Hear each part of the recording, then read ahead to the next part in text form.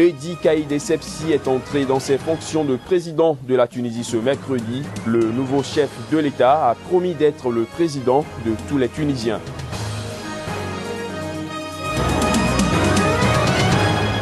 Au Congo, le parti du président Denis Sassou Nguesso s'est dit favorable à une modification de la Constitution pour permettre à son leader de se représenter à l'élection présidentielle de 2016.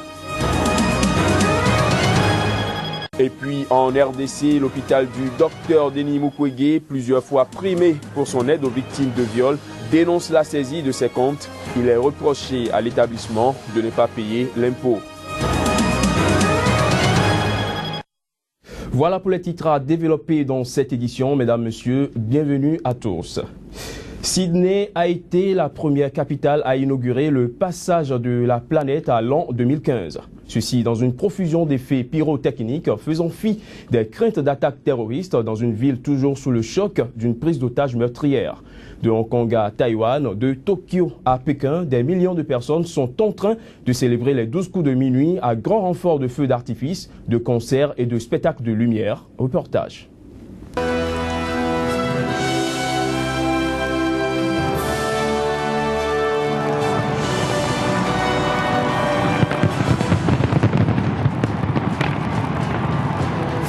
Les premières salves de gerbes multicolores ont été tirées au-dessus de la baie. Peu après 21 h, un avant-goût du feu d'artifice final qui a embrasé le ciel australien à minuit. Au total, plus de 1,6 million de personnes ont assisté aux festivités dans la plus grande ville d'Australie, où le 15 décembre, un forcené d'origine iranienne au passé de violence et d'extrémisme a pris en otage 17 personnes dans un café. En Asie, l'arrivée de la nouvelle année de l'ère chrétienne a été célébrée à Hong Kong par un spectacle pyrotechnique qui a illuminé pendant 8 minutes les gratte-ciel emblématiques de l'ancienne colonie britannique.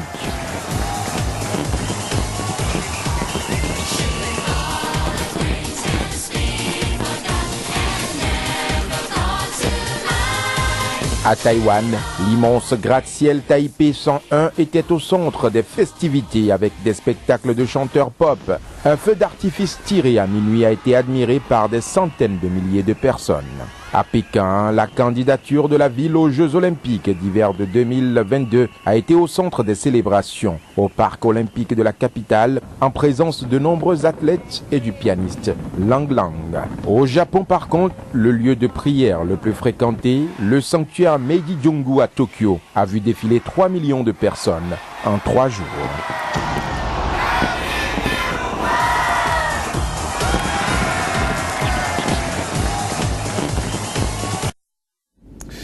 Bedi Caïd Essebsi est officiellement entré ce mercredi dans ses fonctions de président de la Tunisie.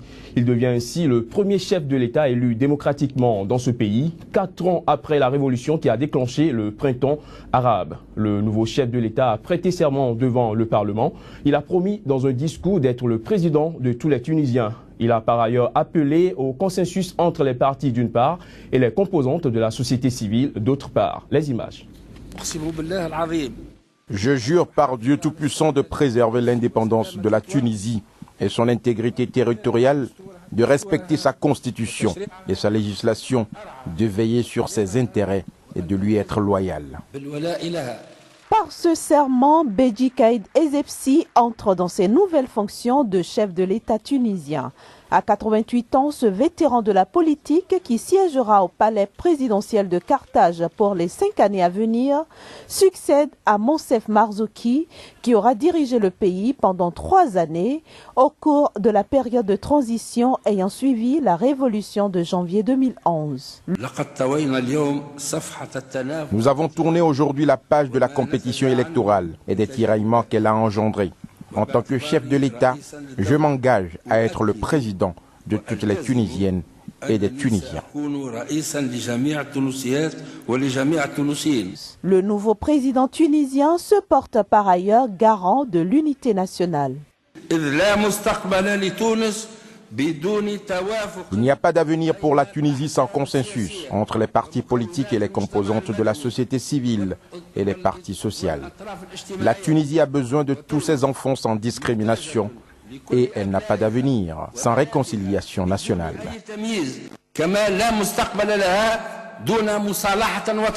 Signalant que dès sa prise de fonction, Beji Caïd Essebsi a démissionné de la présidence de son parti Nida Tounes et chargé le vice-président Mohamed Ennancer de présenter un candidat au poste de Premier ministre. Ce dernier devra obtenir la confiance du Parlement pour former une coalition. L'actuel Premier ministre Mehdi Dioma restera à son poste jusqu'à la formation d'un nouveau gouvernement. En bref, cette fois-ci, le parti du président congolais Denis Sassou Nguesso s'est dit ce mercredi favorable à une modification de la constitution du pays pour permettre à son leader de se représenter à l'élection présidentielle de 2016 au Congo. Sur 46 personnes qui se sont prononcées sur le changement du test fondamental, une seule s'est opposée, a déclaré sous couvert d'anonymat une source ayant pris part à une réunion du comité central du Parti congolais du travail mardi à Brazzaville. La constitution congolaise en vigueur depuis 2002, il faut le préciser, limite à 2 le nombre de mandats présidentiels et l'âge des candidats à 70 ans. Elle ne permet donc pas au président Denis Sassou Nguesso, 71 ans, qui a déjà passé 30 ans au pouvoir et qui termine en 2016 son deuxième et théoriquement dernier septennat, de se représenter. En République démocratique du Congo, la presse est en deuil. Robert Chamouani, un journaliste de la radio-télévision congolaise, a été tué le week-end dernier dans la ville de Goma, la capitale du Nord Kivu, dans l'est du pays. D'après les premières informations, ce professionnel des médias a été abattu par des hommes armés. Pour le président de l'Union nationale de la presse au Congo, il est important que des mesures soient prises pour une meilleure protection des journalistes. Suivons ici Joseph Bouka Kassonga Chilonde sur des propos recueillis par notre correspondante en République démocratique du Congo, Yayet Mavinga Nzao. Moi, j'ai toujours eu un principe que aucun motif, aucune raison ne peut justifier l'assassinat d'un journaliste. Aucune raison ne peut justifier l'emprisonnement d'un journaliste. C'est pour cette raison que je me dis toujours que la place d'un journaliste n'est ni en prison, ni à la morgue, mais à la rédaction. Donc je pense que parce qu'un journaliste a écrit et que vous devez le tuer et que vous devez l'emprisonner, mais vous, dans ce que vous faites tous les jours aussi, combien de fautes ne commettez-vous pas? Mais qu'est-ce qui vous empêche de dire aux journalistes, non, ce que vous avez dit n'est pas vrai, voilà la vérité? Ça ne coûte rien. Et le journaliste, immédiatement, il corrige. C'est pour cette raison que nous avons demandé la mobilisation de toute la presse congolaise autour de cette mort pour que les autorités, tant civiles, politiques et militaires, comprennent qu'il faut à un moment donné arrêter, il faut sécuriser les journalistes. Et je vous dis que toute la République a respecté ce mot d'ordre. Mais partout, tout le monde avait respecté le mot d'ordre. Et même là où le mot d'ordre n'a pas été respecté, le message est passé. Parce que pour nous, l'UNPC, le message, c'est de faire comprendre aux uns aux autres que nous en avons ras-le-bol d'apprendre à tout instant qu'un journaliste a été tué, qu'un journaliste a été assassiné, qu'un journaliste est emprisonné. Restons en République démocratique du Congo pour dire que l'hôpital du docteur Denis Mukwege, plusieurs fois primé pour son aide aux victimes de viol dans l'est de la République démocratique du Congo, a dénoncé ce mercredi la saisie de ses comptes par le pouvoir. Un procédé qu'il juge quand même discriminatoire. Selon l'avocat conseil de l'hôpital, il est reproché à l'établissement de ne pas payer l'impôt. Or, l'hôpital de Ponzi est un hôpital de l'État et, chose curieuse, aucun hôpital public ne paie jusqu'à ce jour des impôts en République démocratique du Congo. Fondé par le docteur Mukwege, l'hôpital de Ponzi soigne depuis une quinzaine d'années les femmes victimes de violences sexuelles dans cette région troublée, instable depuis 2 décennies. En recevant fin novembre dernier le prix Sakharov pour son combat en faveur des femmes victimes de viol, le médecin, on se rappelle, avait dénoncé l'insécurité et la mauvaise gouvernance qui sont, selon lui, à la base de l'extrême pauvreté qui gangrène l'est de la République démocratique du Congo, région pourtant riche en minerais.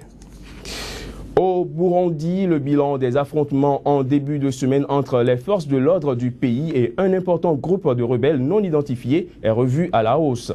Selon une source militaire, le dernier bilan fait état d'au moins 35 morts. Plus de précisions à travers ce reportage.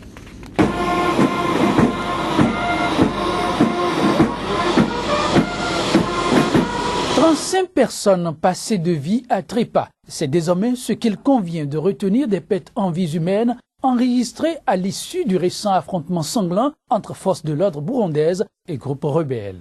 Des 35 personnes tombées sous le coup des balles, seulement un soldat y a laissé sa peau. Un chiffre remis en cause par les habitants sur place qui parlent d'au moins 6 soldats tués.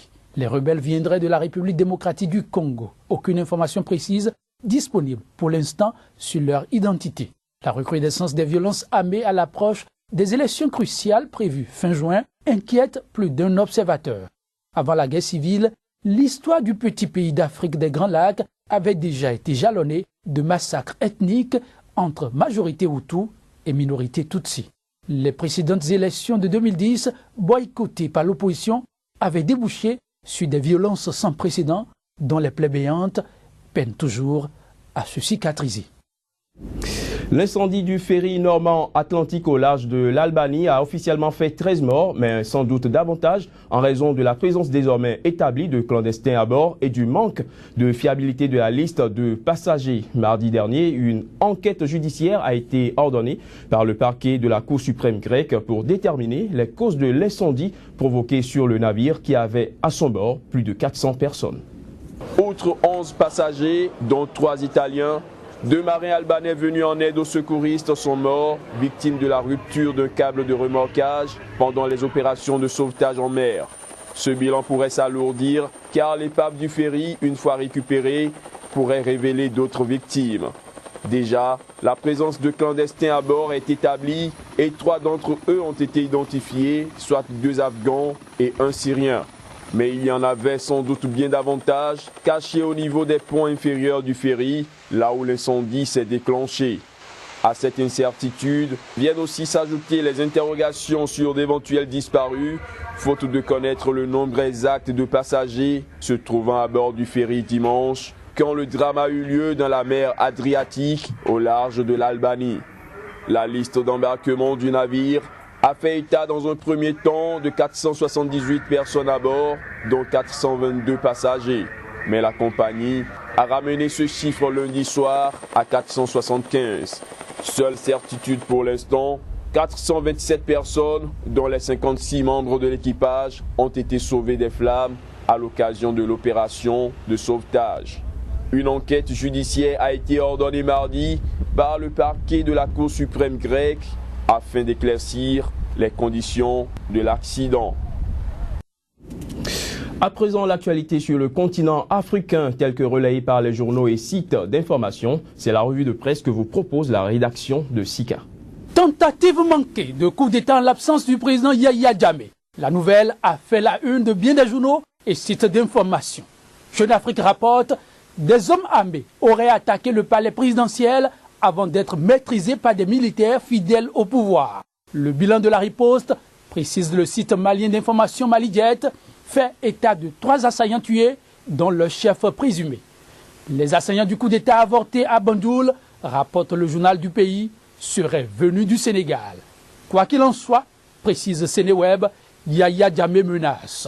À mon retour, dit-il, ils seront tous sévèrement punis.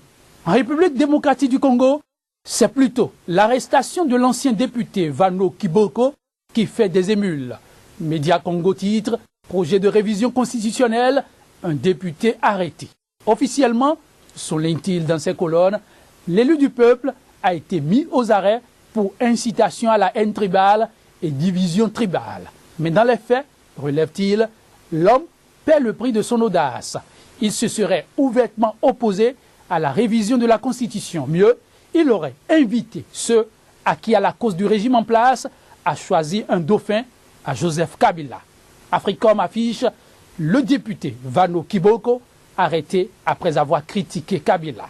Au Congo-Brazzaville, le journal de Brazza témoin d'une session des membres du parti au pouvoir, le PCT, énonce « Le PCT Brazzaville juge la constitution de 2002 inadaptée à la sociologie congolaise. » D'où cette interrogation de Media for Africa, le PCT va-t-il opter pour une révision de la Constitution? En attendant la réponse, le pays a préféré se muer aussi en interrogation. Denis Sassou Nguesso franchira-t-il le Rubicon? Tout est possible. Alors, Brazza News a averti. Au changement de la Constitution, il existe désormais une opposition de tous les dangers. Autant négocier.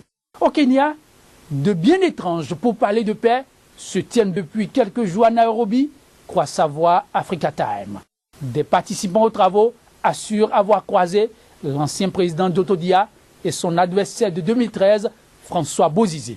Une démarche à laquelle les autorités centrafricaines de transition elles-mêmes disent ne pas avoir été associées. La nouvelle Centrafrique Info de se demander alors qui organise la réunion de Nairobi, dans quel but, pour quel objectif. En Tunisie, l'heure n'impose interrogation, mais à la certitude. Beji Caïd Essebsi, victorieux de Monsef Marzouki, est officiellement investi à la présidence le 31 décembre. Et c'est la nouvelle qui vient clôturer la revue de ce jour, le tout dernier pour le compte de l'année 2014. Alors, que souhaiter? La santé, toute une série de victoires et beaucoup d'amour. L'amour pour soi, l'amour pour autrui. Fin de cette édition, mesdames, messieurs. Merci de nous accompagner.